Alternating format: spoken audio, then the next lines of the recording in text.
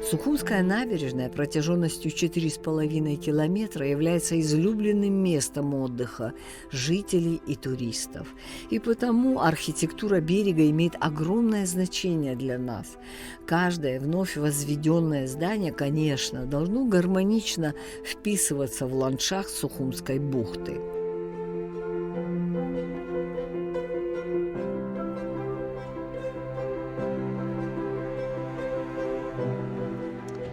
Бесик, ну вот на этой улице, когда мы гуляли, здесь с левой стороны всегда стоял долгострой, этот такой непритязательный, очень...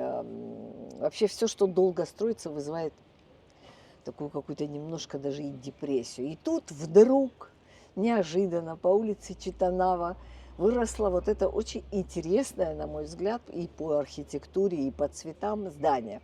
Вы являетесь автором данного проекта. Скажите, а здесь какие у нас были цели и задачи, и как вы с этим справились?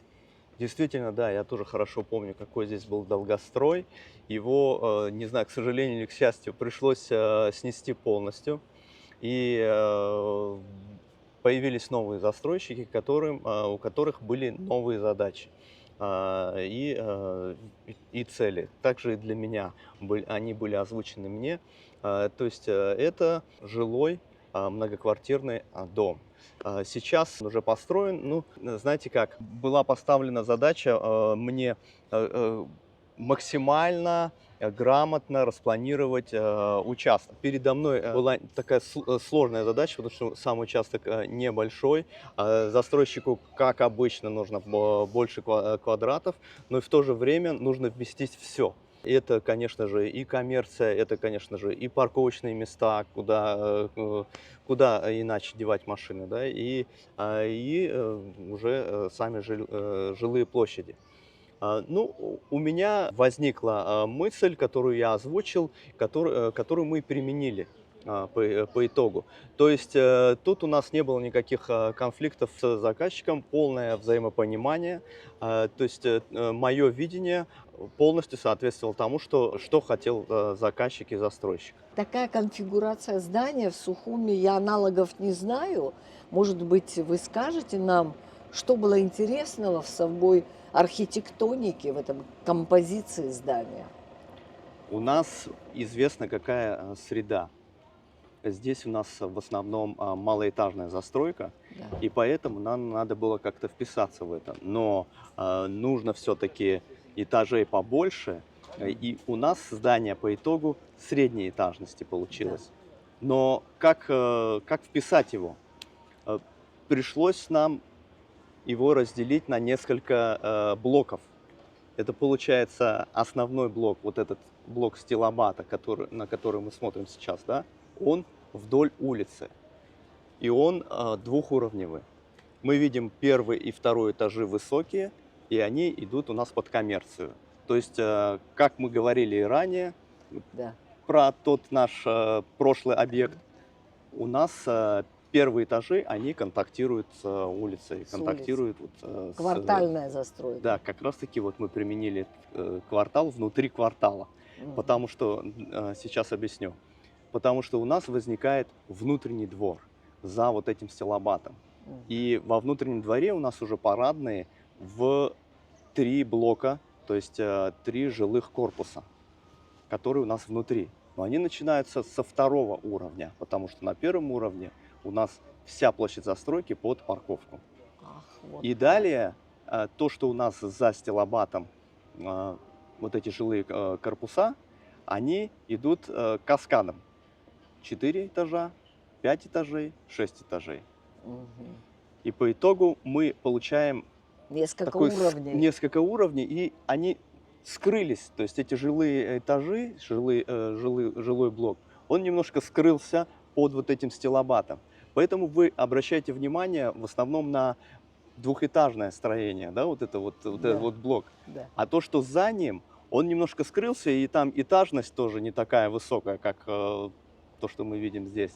И поэтому мы постарались таким вот образом вписать в среду.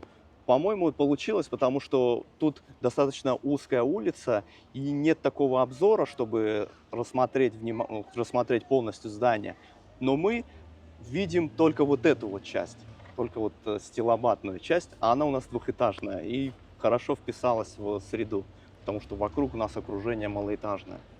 Смотрите, Беслан, когда вы идете со стороны набережной, и вот эта боковая часть, я когда шла сюда на съемку, я обратила внимание, что у вас там не сплошная стена, а какими-то такими выступами, карнизами и какими-то уровнями. Это что? Дело в том, что мы полностью на площадь застройки у нас полностью под участок. А участок у нас такой трапециевидной формы. Здесь он Мгм. немножко шире, Расширен. чем в глубину. В глубину он сужается. И, кстати, в глубину, когда он сужается, он выходит, этот участок, на реку Басла. Еще одна изюминка Да. такая. У нас есть небольшая такая набережная с выходом на реку, да. Ну, раз вы речку упомянули, Беслан, скажите, пожалуйста, мы знаем нрав Беследки, когда идут ливневые дожди. Насколько это было оправдано, вот такую махину прямо на берегу реки? Ну, все это рассчитано инженерами, конечно же. Здание приподнято до такого уровня, что туда не будет доступа воды после там больших ливней или, Все понятно. то есть все тут рассчитано. И фундamenты здесь мощнейшие фундаменты. Тут свайный фундамент. Здание выдержит 9 баллов. Даже так. Это здорово, потому что все-таки мы сейсмичный район, да? Скажите, и так буква «П» в виде трапеции, я правильно поняла? Вот такая буква «П» трапециевидная. Буква П, которая опирается еще на Стилобат. что-то, да, на стилобат. Таким образом, вы сформировали атриум, внутренний дворик. Внутренний дворик, именно так. У них свой внутренний дворик со своими парадными. У каждого там корпуса по одной парадной и один основной корпус большой, который семиэтажный. У него два парадных. Но атриумы вот лично мне нравятся тем, что это как бы свой мирок создают. Да, да, можно так сказать. Хорошо. Вот давайте еще. Вот вы несколько раз упомянули стилобат. Стилобат. У нас есть такая рубрика, когда архитектор объясняет. Давайте объясним нашему зрителю, что это такое вообще стилобат. Стилобат это используется сейчас в основном в последнее время. Ну, также и в позднесоветский период. Вы когда прогуливаетесь по улицам каким-то основным, и перед вами возникает высокое здание, или там несколько корпусов каких-то высоток, у них обязательно в основном таких зданий присутствует стилобат. Это первые этажи, которые витражами открыты и контактируют с улицей. Вот это и есть стилобат. Вот его мы применили здесь. Ну а в древнегреческих колоннах это вот основа колонн, да? Вот обычно. Да. Это как раз.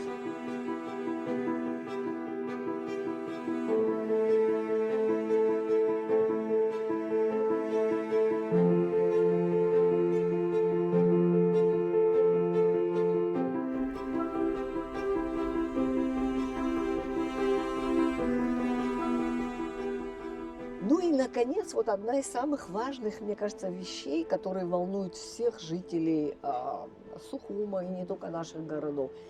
Сухум все-таки очень камерный город, и мне кажется, вот такие прям большие высотки, как, например, в Пицунде, да, вообще для южных городов в советское время выстраивали, мне кажется, это неоправданно. Но в вашем случае это не высотка прям большая, но все-таки тоже имеет несколько, 7 этажей, да? По сути, это строение средней этажности. Вот можно вы так в прошлой передаче говорили, нужна некоторая легкость для приморских зданий. Мгм. А здесь вы это выдержали? Конечно, как раз-таки вот это вот деление. Мы же могли на всю эту площадь застройки построить одну какую-то основную высотку, и было бы очень монолитно. Смотрелось бы не очень. А тут мы разделили ее на несколько групп, на несколько частей. Возник внутренний двор, да, вот эта вот каскадность также. И облегчили этим самым. И, конечно, отделочный материал, он у нас светлый. Да. Тут много стекла, которое отражает пространство. Так что мы максимально облегчили здание, как могли. Вот вы сейчас опять материалы упомянули. А что еще здесь помимо стекла? Если там был кирпич, то здесь... Тут светлый камень, это доломит, стекло и гранит. Ну и, конечно, рамы, они вот темные, Мгм. в темном цвете рамы. Скажите, а доломит это наш материал или привозной? Ну, в данном случае это привозной материал, ну, Мгм. потому что он как бы удобнее было его использовать, привезти в таких объемах. Вы знаете, я общалась с специалистом по камням, и эта женщина, она сказала, что у нас все природные камни в Абхазии присутствуют, просто не разработаны. Я думаю, в перспективе когда-нибудь мы свои дома будем своими природными камнями Да, облицовывать. обязательно, нужно к этому приходить. Просто, видимо, не было таких объемов вот в данном случае. Мгм. Никто из наших производителей не мог предоставить таких объемов.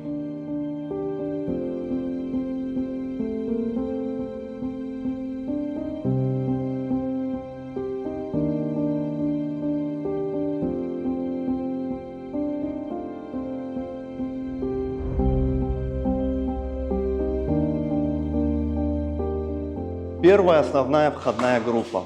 Мы заходим, и это как бы распределитель. Мы можем попасть на второй этаж, откуда мы уже попадаем во внутренний двор. Но здесь же у нас есть проход к парковочной зоне. Вот обратите внимание. Да.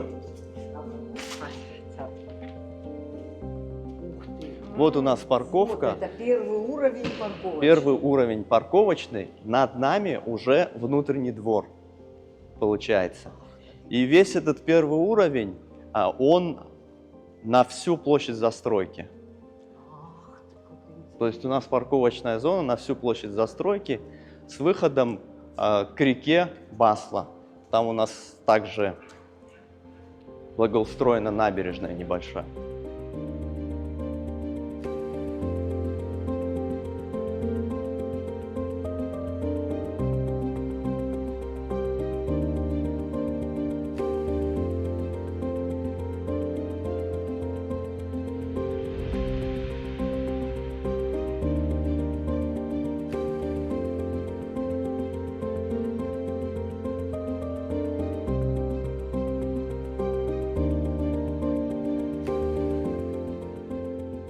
Ну что, мы на втором уровне, да, Беслан? Да, мы на втором уровне, и это у нас внутренний двор. Он немножко пока не совсем благоустроен, но здесь будет брусчатка, вот такие вот зеленые зоны, вокруг которых сидячие места, где можно вот проводить время. И основные три корпуса, жилых три корпуса. Первый корпус 4, 5 и 6-этажные. Ну, этот совсем крохотный, да, получается? Такой. Нет, он вот расширяется, на расширение уходит. То есть его крыло одно выходит направо и налево? Но этот корпус один из лучших, потому что у него виды раскрываются. Да. У квартир этого корпуса раскрываются виды на город. Речку, на На город. город, на море, на речку, да. Мгм. А здесь прям Сухумская бухта А впереди. здесь Сухумская бухта, да. А Да. здесь видно Сухум. Мгм. Ну, вот все, что в вашем проекте мы увидели, все реализовано. Все реализовано, все по проекту сделано. В этом смысле у нас с заказчиком полная идиллия.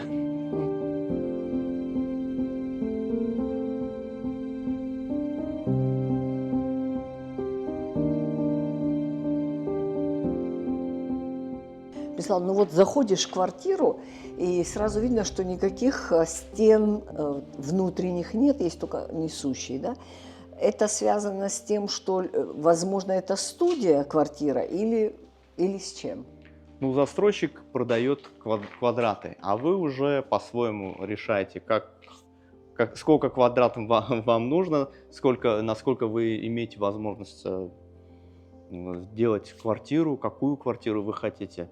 Ну, в данном случае вот в таком виде выдается жилье, вы уже сами по-своему делаете внутреннюю планировку и отделку, так как вам уже Удобно. удобно для себя. То есть застройщик все-таки предоставляет возможность людям быть немножко архитекторами в своем доме, да?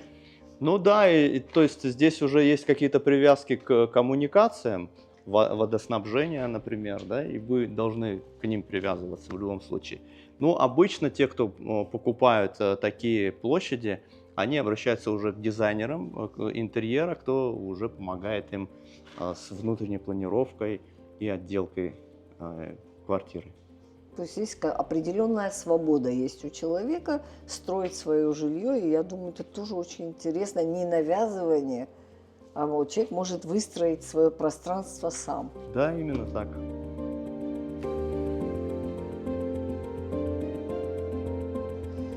Ну что, мы с вами вышли на террасу. Расскажите нам здесь, какие у нас цели и задачи были. Вот сейчас можно наглядно показать, как устроены здесь жилые блоки. Первый корпус, на котором мы стоим, второй корпус и третий корпус.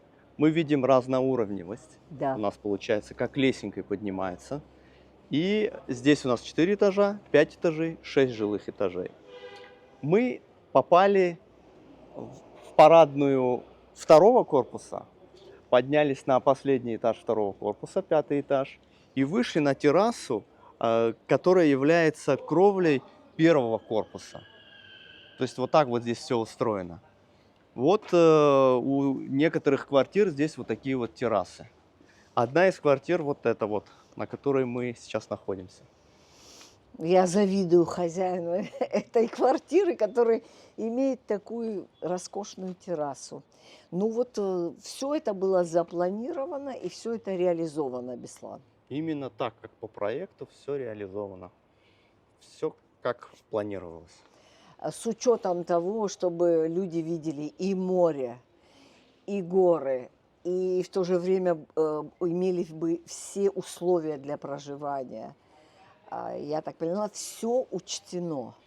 Да, обратите внимание, какие здесь виды раскрываются и как высоко мы находимся, по сути.